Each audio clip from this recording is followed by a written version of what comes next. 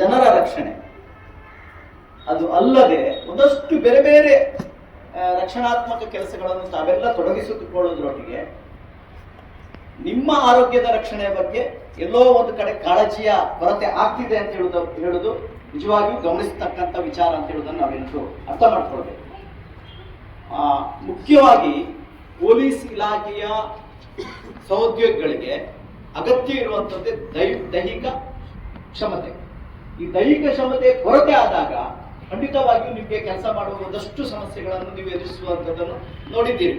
So ಈ ನಿಟ್ಟಿನಲ್ಲಿ ಇಂತಹ ಒಂದು ಆಹಾರದ ಮಾಹಿತಿಯನ್ನು, ಸಿರಿಧಾನ್ಯ ಆಹಾರದ ಮಾಹಿತಿಯನ್ನು ಈ ಸಂದರ್ಭ ನಾವು ಕೊಡಲಿಕ್ಕೆ ಇಚ್ಛಿಸ್ತೀವಿ.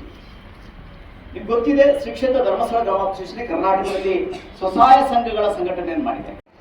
ಅನ್ಪಾಲಿಶ್ಡ್ ಸಿರಿಧಾನ್ಯ ತೆಗೆಯುವಂಥದ್ದು ನಮ್ಮ ಉದ್ದೇಶ.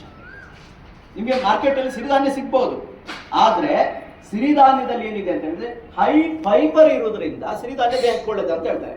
ಫೈಬರಿಗೆ ಡ್ಯಾಮೇಜ್ ಆಗಿ ಫೈಬರ್ ಲಾಸ್ ಆಯ್ತು ಅಂತ ಹೇಳಿದ್ರೆ ಆ ಸಿರಿಧಾನ್ಯವನ್ನು ಉಪಯೋಗ ಮಾಡಿ ಯಾವುದೇ ಪ್ರಯೋಜನ ಇಲ್ಲ ಅಂತ ಹೇಳೋದು ನಿಮ್ಮ ಗಮನ ತರ್ತಾರೆ. ಹಾಗಾಗಿ ಅನ್ಪಾಲಿಶ್ಡ್ ಸಿರಿಧಾನ್ಯ ತೆಗೆಯುವಂತ ಒಂದು ಮಾದರಿ ಘಟಕವನ್ನು ಮಾಡಿದ್ವಿ. ಸೊ ಈಗಾಗಲೇ ನಾನು ಸಿರಿಧಾನ್ಯ ಹೇಳುವಾಗ ಕೆಲವು ಮಂದಿಗೆ ಗೊತ್ತಿದೆ, ಕೆಲವು ಮಂದಿಗೆ ಸಿರಿಧಾನ್ಯ ಯಾವುದಂತ ಗೊತ್ತಿಲ್ಲ. ಕೆಲವು ಮಂದಿಗೆ ಸಿರಿಧಾನ್ಯ ಅಂತ ಹೇಳಿದ್ರೆ ಕೆಲವು ಗೊತ್ತಿಲ್ಲ. ಆದ್ರೆ ಏನು ಹಾಗಾದ್ರೆ ಸಿರಿಧಾನ್ಯ ಅಂದ್ರೆ? ಸಿರಿಧಾನ್ಯ ಅಂದ್ರೆ ಮತ್ತೇನು ಅಲ್ಲ. ಸಿರಿಧಾನ್ಯ ಅಂದ್ರೆ ಅದು ನಮ್ಮ ಮೂಲ ಅಕ್ಕಿ. ನಮ್ಮ ಮೂಲ ಅಕ್ಕಿ 4000 ವರ್ಷಗಳ ಇತಿಹಾಸ ಇದೆ.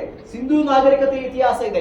ದೇವಧಾನ್ಯ ಅಂತ ಹೇಳ್ತಾರೆ, ಇದನ್ನು ಕಿರುಧಾನ್ಯ ಅಂತ ಹೇಳ್ತಾರೆ, ಸಿರಿಧಾನ್ಯ ಅಂತ ಹೇಳ್ತಾರೆ, ಇಂಗ್ಲಿಷಲ್ಲಿ ಮಿಲೆಟ್ ಅಂತ ಹೇಳ್ತಾರೆ. ಸರ್ಕಾರ ಇವತ್ತು ಶ್ರೀಯನ್ನ ಅಂತ ಕರೆದಿದೆ.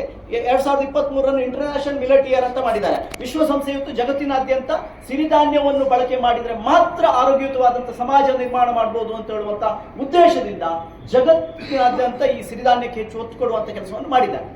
ಸೊ ಹಾಗಾಗಿ ಸಿರಿಧಾನ್ಯ ಅಂದರೆ ಮತ್ತೇನಲ್ಲ, ಅದು ನಮ್ಮ ಮೂಲ ಅಕ್ಕಿ. ನಾವೇನು ವೈಟ್ ರೈಸ್ ಯೂಸ್ ಮಾಡ್ತೀವೋ, ಕುಚ್ಚಲಕ್ಕಿ, ನಮ್ಮಾಚೆ ದಕ್ಷಿಣ ಕನ್ನಡದ ಆಚೆ ಬಂದ್ರೆ ಕುಚ್ಚಲಕ್ಕಿ ಊಟ ಮಾಡ್ತೀವ, ಅದೇ ರೀತಿ ಇದೊಂದು ಅಕ್ಕಿ. ಹಾಗಾದ್ರೆ ಅಕ್ಕಿ ಯಾವುದು? ಅದರಲ್ಲಿ ಸಿರಿಧಾನ್ಯದಲ್ಲಿ 9 ಧಾನ್ಯಗಳಿರ್ತದೆ. ಒಂದೇದಾಗಿ ನಿಮ್ಗೆ ಗೊತ್ತಿದ್ದಾಗೆ ಫೇಮಸ್ ಇರುವಂತ 3 ಧಾನ್ಯಗಳು ರಾಗಿ, ಜೋಳ, ಸಜ್ಜೆ. ಸರಿ ತಾನೆ? ರಾಗಿ, ಜೋಳ, ಸಜ್ಜೆ. ಇದರ ಬಗ್ಗೆ ಯಾರು ಪಾಠ ಮಾಡ್ಬೇಕಂತಿಲ್ಲ, ಗೊತ್ತಿದೆ. ಇದನ್ನು ತಟಸ್ಥ ಧಾನ್ಯಗಳು ಅಂತ ಹೇಳ್ತಾರೆ. ಇದರೊಟ್ಟಿಗೆ ಒಂದು ಬರಗು ಅಂತ ಹೇಳುವಂತ ಒಂದು ಧಾನ್ಯ ಬರುತ್ತೆ, ಅದು ಕೂಡ ಸೇಮ್ ಅಕ್ಕಿ, ಬರಗು. ಇದು 4 ಧಾನ್ಯಗಳು ತಟಸ್ಥ ಧಾನ್ಯಗಳು. ಇನ್ನು 5 ಧಾನ್ಯಗಳು ಪಂಚರತ್ನ ಧಾನ್ಯಗಳು ಅಂತ ಹೇಳ್ತಾರೆ. ದಯವಿಟ್ಟು ಅರ್ಥ ಮಾಡ್ಕೊಳ್ಳಿ, 5 ಧಾನ್ಯಗಳು. ಇದು ನಮ್ಮ ಮೂಲ ಅಕ್ಕಿ. ಒಂದನೇದು ಸಾವಕ್ಕಿ, ಸಾಮೆ, ಲಿಟ್ಲ್ ಮಿಲೆಟ್ ಅಂತ ಹೇಳ್ತಾರೆ. ಎರಡನೇದು ನವಣಕ್ಕಿ. ವೀಕ್ಷಕರೇ, ಈ ವಿಡಿಯೋ ನಿಮಗೆ ಇಷ್ಟ ಆಗಿದ್ರೆ ಈ ಕೂಡಲೇ ಸಬ್ಸ್ಕ್ರೈಬ್, ಕಮೆಂಟ್, ಲೈಕ್ ಮಾಡಿ ಹೊಸ ವಿಡಿಯೋಗಳನ್ನು ಮಾಡಲು ಬೆಂಬಲವನ್ನು ನೀಡಿ.